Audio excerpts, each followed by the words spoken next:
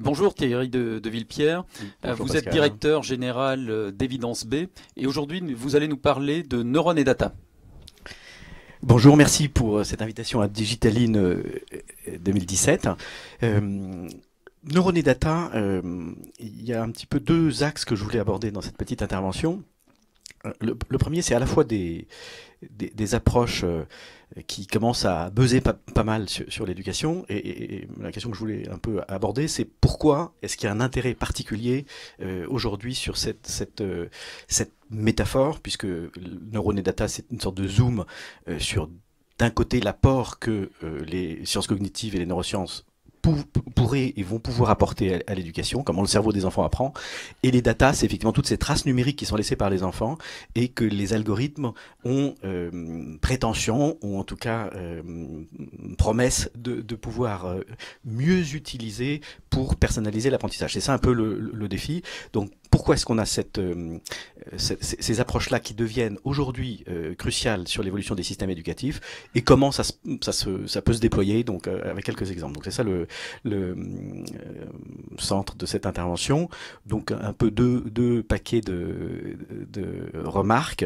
D'abord sur cette mise en contexte et ensuite sur des exemples plus précis sur les sciences cognitives et sur l'apport de l'intelligence artificielle. Je commence avec cette petite image qu'on voit un petit peu régulièrement maintenant, qui illustre un petit peu les défis que affrontent les systèmes éducatifs aujourd'hui. Donc la petite image, on voit un enseignant face à quelques individus et il dit pour que la compétition soit équitable, je vais vous donner à tous la même épreuve, grimper à l'arbre. Et on comprend bien que c'est pas exactement la même chose pour le poisson rouge, pour l'éléphant ou pour le singe. Et donc le défi, c'est celui d'articuler à la fois une éducation qui marche pour tout le monde et une éducation qui marche pour chacun. Donc c'est le défi de la personnalisation. Et du coup, ce défi-là, qui est un défi qui traverse à peu près tous les systèmes éducatifs maintenant dans le monde, qui est lié à la massification des systèmes éducatifs, ça donne, alors quelquefois on déplore en France, mais dans chaque pays on a une façon de le déplorer aussi, les dernières enquêtes de PISA, de Pearls, etc., en se disant, voilà, le système marche pas aussi bien qu'on voudrait, il y a un pourcentage d'enfants toujours trop élevé qui sort du système sans diplôme ou qui sort du primaire sans avoir une maîtrise suffisante de l'écriture et de la lecture. Donc c'est ce défi-là et cette difficulté-là que les politiques affrontent régulièrement. Là, j'ai mis juste... Alors, on m'a dit, mais c'est quoi ces courbes? En fait, c'est la couverture d'un rapport qu'a fait le CNIRE en mars dernier. Et donc, c'était une conférence de consensus sur la différenciation pédagogique. La différenciation pédagogique, c'est cette façon d'essayer d'aborder et de donner aux enseignants des outils pour résoudre cette approche où chaque élève va pouvoir avoir à la fois des cours, des activités qui lui sont propres pour résoudre sa façon d'apprendre ou les difficultés qui lui sont propres. Simplement, pour réussir une pédagogie différenciée, il y a une sorte de défi incompressible qui est celui du temps de l'enseignant. On a déjà des enfants qui vont longtemps à l'école, par jour, par semaine, par année. On ne peut pas multiplier ça à l'infini. De la même manière, l'enseignant est quelqu'un qui a un emploi du temps beaucoup plus chargé qu'on ne veut le laisser croire de temps en temps, avec tout ce qui se passe avant et après, notamment tout ce qui est évaluation. Donc ce rapport, cette conférence de consensus levait bien cette difficulté de, oui, il y a des approches qui permettent de faire de la pédagogie différenciée, mais ces approches sont très consommatrices en termes de temps et c'est pas si simple de mettre ça en place dans les classes. J'ai mis cette petite enquête qui a été faite par Ipsos que je trouve toujours intéressante parce que il s'agit pas de mettre des sciences cognitives ou de l'intelligence artificielle pour simplement nourrir des algorithmes qui vont rendre certaines sociétés encore plus puissantes qu'elles ne l'étaient par le passé. Il s'agit bien d'affronter un problème réel que rencontrent les enseignants. C'est les enseignants qui sont la clé de tous les systèmes éducatifs. Et cette petite diapositive évalue comment s'organise le temps d'un enseignant. Comment il ventile sa semaine, combien d'heures il passe à quel type de tâche et quel goût il a pour ces différentes tâches. Et ce qui apparaît de façon assez claire, c'est que là où l'enseignant passe le plus de temps, c'est dans l'évaluation des élèves, ce qui se traduit quand vous rencontrez des enseignants et qui parlent un peu du week-end qui approche et qui les angoisse, c'est la pile de copies qu'ils ont. Donc ce temps de correction, d'évaluation est quelque chose qui est très considérable dans la vie d'un enseignant, et c'est pas ce qu'ils aiment le plus faire. Donc c'est un enjeu qui répond bien à un problème que rencontrent les enseignants, ce qui n'a pas toujours été le cas dans le numérique. Le propre du numérique, moi qui ai travaillé dans quelques grosses entreprises par le passé, quand on amène du numérique dans un secteur professionnel, il est là pour vous faire gagner du temps, pour vous aider à mieux faire votre métier. Paradoxalement, dans l'éducation, vous avez des fanatiques du numérique, ils vous disent c'est génial, c'est cool, les enfants vont adorer, etc. Mais c'est les nuits et les week-ends, c'est beaucoup plus de temps de travail. C'est un paradoxe. Ça peut pas être un déploiement massif réussi si on amène non pas une simplification, mais une complexification d'un métier. Donc cet enjeu sur la personnalisation et sur les outils est déterminant.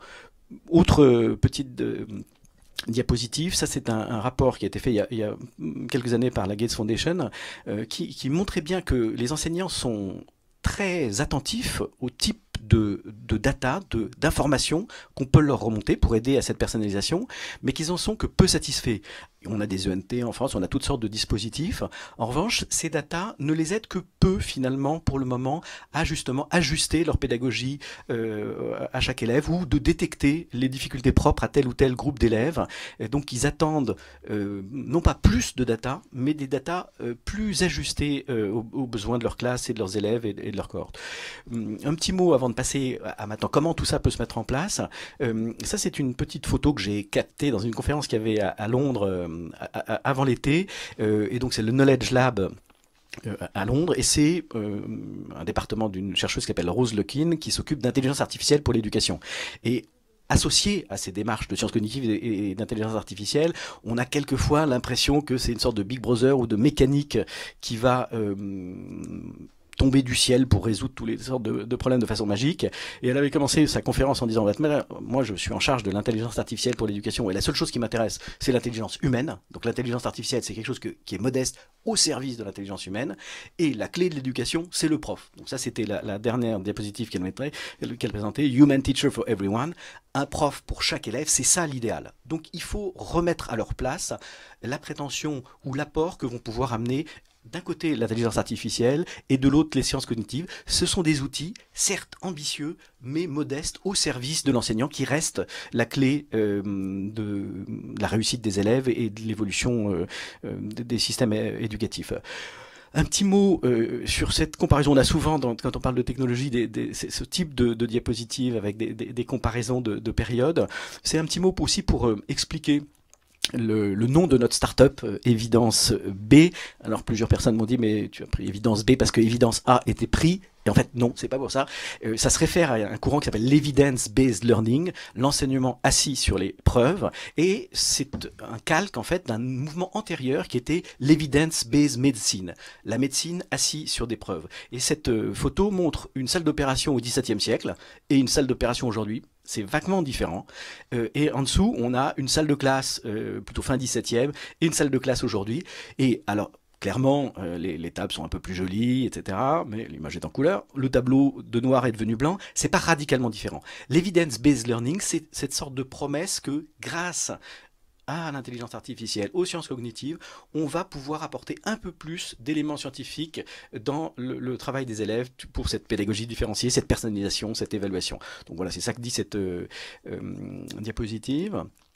Quelques exemples maintenant, et sans rentrer dans le détail ici, c'est pas lieu, pour ouvrir un petit peu des portes, et c'est des sujets qui commencent à être connus et qui traversent les débats, sur l'apport des sciences cognitives et des neurosciences. L'enseignement des disciplines, des Grecs jusqu'à aujourd'hui, c'est un débat, c'est aussi des sciences, que ce soit les didactiques des disciplines, que ce soit différents types d'approches de sciences de l'éducation, qui viennent nourrir les différentes pratiques des enseignants. Donc les sciences cognitives ou les neurosciences, c'est des éléments de plus qui viennent compléter ce dispositif, et j'ai regroupé un peu 3 familles d'interventions qu'on peut prêter aux sciences cognitives. Soit ces sciences cognitives viennent confirmer des pratiques pédagogiques qui sont déjà très présentes et admises et vérifiées comme efficaces de la part des enseignants. Donc là j'ai mis un petit exemple sur le fait que on sait que d'apprendre à écrire en même temps que d'apprendre à lire, est important que le geste de l'écriture pour la compréhension de la lecture est important dans un certain nombre de cas. Par exemple, dans la confusion possible entre le B et le D, quand on les prononce en français en l'occurrence, il y a cette confusion. Si vous les écrivez, eh bien, ça permet de faire cette distinction plus facilement. Et vous avez des tas d'instituteurs, de professeurs des écoles, qui apprennent bien à faire le geste de l'une et de l'autre lettre. Les gestes sont très distincts. Et donc cette association, qui est confirmée par les neurosciences, est déjà une pratique qui est fréquente. Donc ça, c'est un premier cas. Bon, ça vient rassurer et confirmer des pratiques qui sont déjà bien établies. Ça renforce des éléments. Deuxième cas, c'est plutôt des arbitrages. Il y a des débats. Les didacticiens, au moment où on élabore des programmes, vous avez différents courants qui viennent proposer une approche plutôt qu'une autre. On a ces dernières années ce débat un peu serpent de mer sur les méthodes de lecture, sans qu'on sache vraiment s'il y en a une qui a été vraiment à fond dans un sens ou dans l'autre, mais sur les méthodes syllabiques ou les méthodes dites globales, l'approche donc par le phonème ou plutôt par le mot. Donc clairement, et les travaux de Stanislas Dehaene confirment ces approches-là, le passage par le phonème, par le son, par la lettre, tout ça est évidemment préalable à l'identification des mots complets. Donc là, on a un arbitrage qui est fait par rapport aux différentes théories didactiques. De la même manière, c'est un sujet qui n'est pas encore tellement couvert, sur l'apprentissage de la langue. On a d'une façon assez dominante aujourd'hui, par exemple dans l'enseignement en France, mais ça s'applique aussi sur l'enseignement des langues étrangères, c'est la grammaire logique qui est la façon la plus développée dans l'apprentissage de la syntaxe. Or, il semblerait que les travaux en neurosciences montrent que la grammaire générative soit plus proche du fonctionnement du cerveau, et alors que ces deux théories étaient en conflit à plusieurs reprises, ces deux linguistiques, eh bien c'est possible qu'on ait besoin de faire une balance de l'autre côté. Donc là, c'est ces cas où on a un arbitrage qui va être permis par les sciences cognitives. Et dernier point, donc je vais aller vite dessus, il y a des cas où ce sont des pratiques nouvelles qui vont être initiées par les sciences cognitives ou les neurosciences. Aussi bien, il y a des travaux actuellement sur les mathématiques, sur le croisement des différentes approches du nombre, de l'espace. Là, il y a un exemple sur l'apprentissage des langues qui lui aussi donne des débats théoriques sur l'approche de savoir s'il y a déjà une grammaire naturelle de toutes les langues dans le cerveau, ou au contraire, c'est l'apprentissage de la première langue qui va permettre l'apprentissage de la deuxième langue.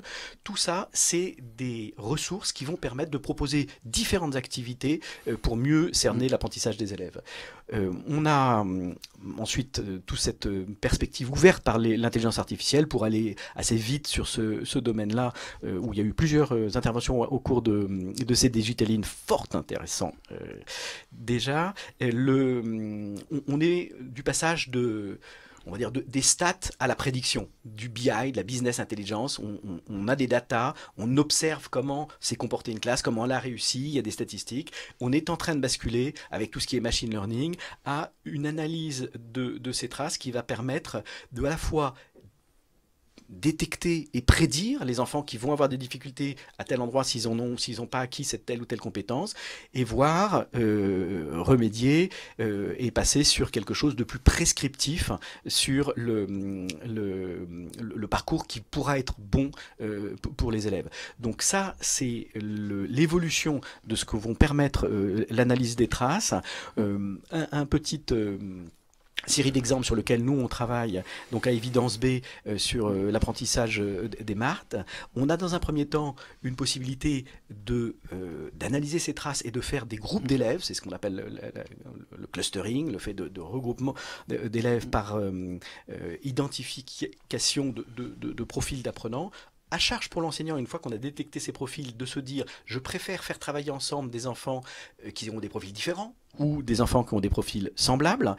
Encore une fois, les outils que vont remonter les sciences cognitives et l'intelligence artificielle, c'est des petits tableaux de bord de la classe sur lequel c'est toujours l'enseignant qui doit être l'arbitre, de se dire j'ai ces informations sur comment mes élèves apprennent ou quelles difficultés rencontrent. Ça va toujours être lui, compte tenu d'un paysage plus large que celui simplement des activités numériques, qui vont lui permettre de choisir comment il se sert de ces informations, de ces corrections un peu automatiques ou de ces photographies sur les connaissances des élèves pour nourrir son travail pédagogique. Deuxième type d'apport sur de l'intelligence artificielle, donc sur des parcours adaptatifs. Ça, c'est des choses qu'on fait avec l'INRIA à Bordeaux. Vous avez une batterie d'activités qui sont proposées aux élèves. L'intérêt de l'intelligence artificielle, à l'inverse, j'ai envie de dire, des sciences cognitives, c'est qu'elle vient après coup et de façon presque aveugle. Elle ne sait pas, elle n'a pas d'idée préconçue sur ce qui va marcher ou pas, à la différence des sciences cognitives qui prétendent que voilà, l'enchaînement de ces étapes vont être bons pour tel élève. Elle observe. Et son observation voit, dans le cadre par exemple des multi-armes bandits, donc c'est les bandits manchots, en fait c'est un algorithme qui est imité de ces machines à sous, elle va observer que des élèves réussissent mieux si on leur donne tel ou tel type d'exercice. Et l'algorithme va du coup pondérer les exercices pour faire en sorte que un élève bon, auquel l'enseignant a tendance à ne plus donner des exercices de base, eh bien l'algorithme montre que s'il continue à faire beaucoup d'exercices simples et de base, il va devenir bien meilleur. Et donc le réflexe naturel de l'enseignant ou des logiciels qui est de graduer progressivement les exercices, eh ben, cet algorithme a montré que en fait, ben, c'est pas exactement comme ça que ça fonctionne. Et donc c'est lui-même, l'algorithme, qui va recorriger le parcours et la quantité, la diversité des exercices qui sont proposés. Dernier élément qui est plus prospectif, là on parle d'algorithmes qui ajustent les exercices en fonction de ce qui est fait par l'élève. Alors il y avait un laboratoire au MIT qui s'appelle Curious Machine, on est sur des projets avec le robot Buddy, alors dans des conditions éthiques bien sûr qui sont à délimiter avec la nouvelle RGPD et comment on travaille sur ces données élèves. Vous avez des capteurs avec un robot qui permettent aussi de voir si quand un enfant n'a pas compris, est-ce que c'est qu'il n'a pas lu la consigne ou est-ce que c'est qu'il n'a pas compris la consigne. Il y a toutes sortes d'éléments hétérogènes, de data hétérogènes qui vont permettre aussi d'enrichir cette personnalisation. J'ai évoqué le laboratoire de Rose Luckin à Londres. Elle travaille sur la pédagogie de groupe. Une des difficultés de ces travaux en sciences cognitives et en neurosciences, c'est que c'est très personnel. Or, on sait que l'apprentissage collaboratif, le travail de groupe est important. Et donc, eux, ils ont travaillé sur des algorithmes qui travaillent sur justement le travail en groupe et de voir, avec le déplacement de l'élève, l'implication qu'il a dans le groupe, etc. Essayer de mesurer avec de l'algorithmique comment vous participez et comment vous travaillez sur un travail de groupe. Donc ça, c'est des données hétérogènes. Dernier élément pour vite terminer. Donc ça, c'est les modules qu'on fait, nous, chez Evidence B. J'ai repris la petite image du début. Donc on a les 3 petits animaux qui devaient tous grimper à l'arbre. Et on a fait une petite métaphore d'un cerveau et de plein de petits animaux qui sont donc les traces laissées par chacun. Et tout ça, donc la promesse, c'est que chacun a une échelle qui lui permettrait de monter à l'arbre. Bon, la métaphore vaut ce qu'elle vaut. Voilà, on n'est pas sûr qu'une échelle permette à un poisson. Et nous, nos modules sont un peu conçus sur le modèle de cet exemple. Là, c'est un chatbot qu'on a fait sur Messenger. On a d'abord un test de profilage. Donc, les élèves font un test qui permet de faire les différents groupes d'élèves. Ensuite, il y a un parcours qui est affecté aux élèves en fonction de ce premier test. Puis ensuite, il y a un test de vérification de ce qui a été acquis ou pas acquis. L'algorithme vient corriger ces parcours et en fonction de ce qu'a réussi à faire l'élève, soit on l'envoie sur le parcours suivant, soit l'étincelle s'est allumée dans le cerveau du singe et il n'a plus besoin de faire les parcours parce qu'il a tout trouvé. Evidence B, c'est une jeune start-up qui est incubée au School Lab et on a donc des gens brillants et une équipe qui est en train de monter en puissance. C'est le School Lab qui est pour le moment notre équipe de développement informatique.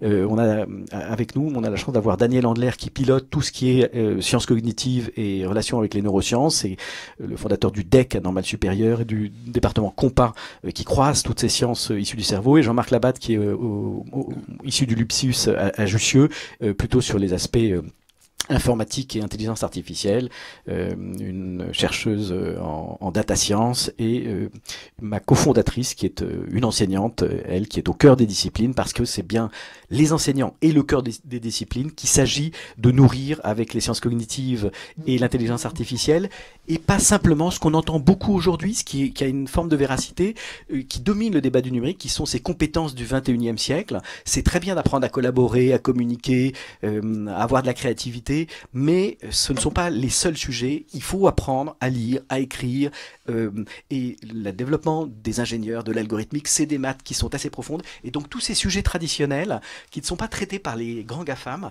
sont néanmoins d'abord le savoir-faire des enseignants et le savoir-faire séculaire des différentes cultures. L'intérêt de l'IA et de cette approche cogniticienne, c'est là aussi de renforcer les apprentissages des disciplines et de lever les obstacles des uns et des autres.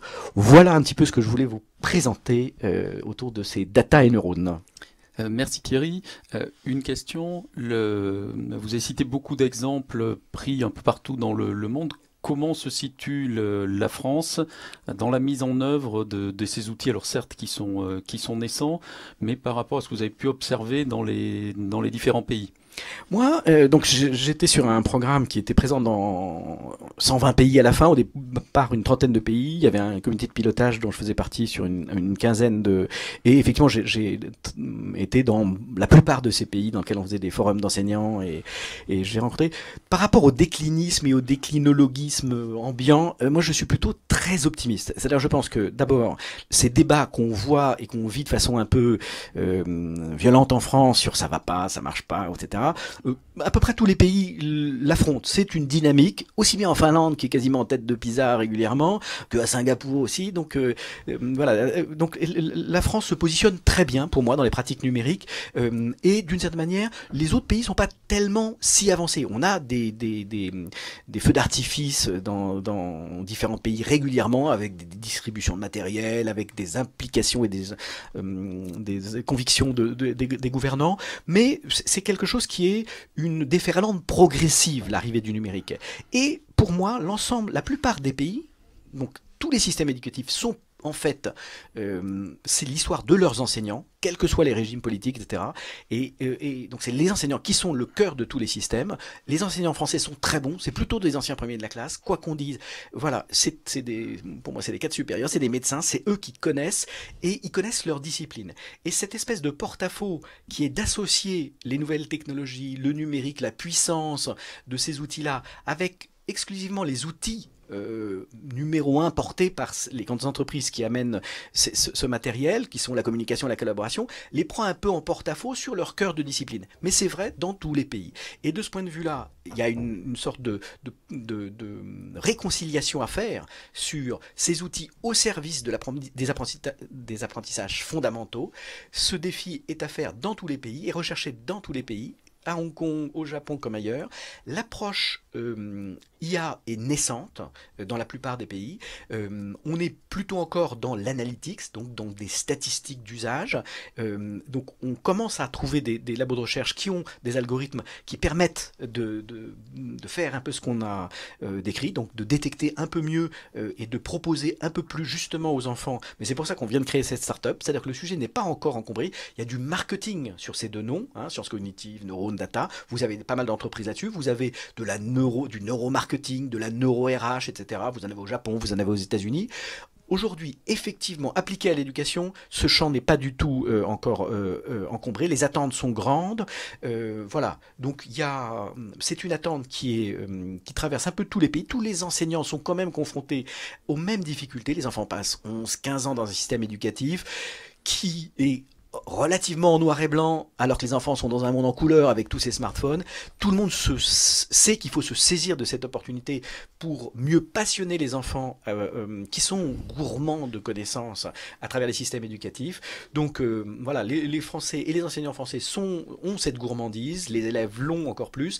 Il y a une première révolution qui a été la dématérialisation, qui a été ces outils multimédia, qui a une richesse média. La révolution qui arrive, c'est une révolution de l'apprentissage, de la personnalisation, de l'aide à l'enseignant pour ajuster ce qu'on cherche à identifier là où les enfants bloquent et ajuster ce qu'on va leur proposer pour débloquer, pour motiver et apprendre ces choses-là. Alors, on a beaucoup parlé d'intelligence artificielle et d'éducation.